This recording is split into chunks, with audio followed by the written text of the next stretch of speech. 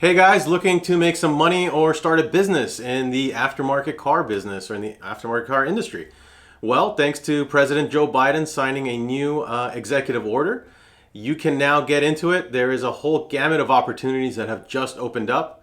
So let's talk about it.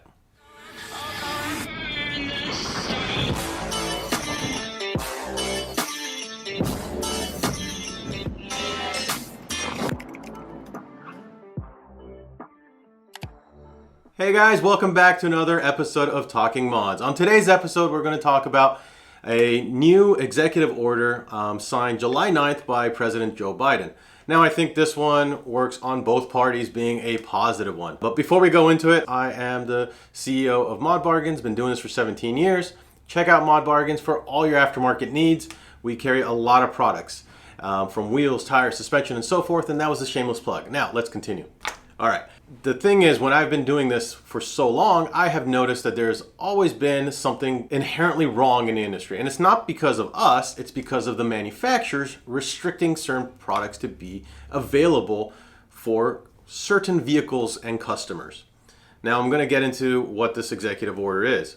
So the executive order is a right to repair for all consumers and third parties in the US. Well, basically, if you own a product, you can now get it repaired by a third party. You can get it, you as a consumer can repair it without any of the large industries, a large barrier of entry into it. Let me try to explain this in a better way.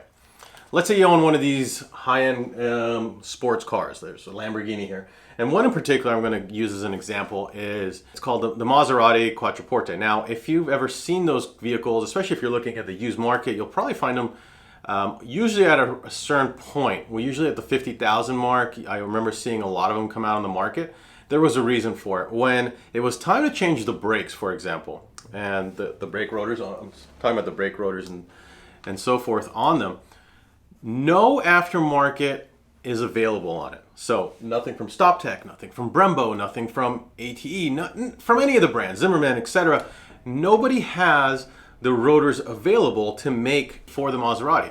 Why was that? It's because they're stupid. Maserati basically tried to have this proprietary connection point that only they had access to, and they decided instead of selling you the rotors and brakes for, let's say, the average cost, let's say it's $800, $1,000, to charge people about $5,000. It's a big price gouge, right? And that's just not fair. And so this whole executive order is, help that industry out, to help all this unfair practice that a lot of these major big companies do. That yes, they have a right to make certain ways, but you can also, that needs to be open so that anybody can repair their vehicle. That doesn't mean that they only have to go to Maserati and spend, $5,000 for a brake job. So what ended up happening is a lot of people on the end of their leases and so forth, not just at the end of the lease, but people wanted to sell their cars. They're like looking at the repair bills, and it's insanely huge coming out from the dealership when, a mom and pop shop could fix it if they had the parts available. Now, what I'm trying to get at is this is a big time opportunity now. And I see this on a constant basis. This is an opportunity across the board, especially if you guys have been interested in looking for an opportunity or a niche or trying to find something. When you create a business, you're trying to find a solution to a problem. Well, now, this executive order, this coming from the government side, this allows you to create solutions that were not available. Believe me, anybody in the brake industry, if you're watching this, and you're making a brake rotor right now for the Maserati, you're going to be the first in town with it, and a lot of Maseratis are going to be jumping on board. Easy business solution. There's a lot of cars that need it, right? Now, there's other solutions across that need it as well.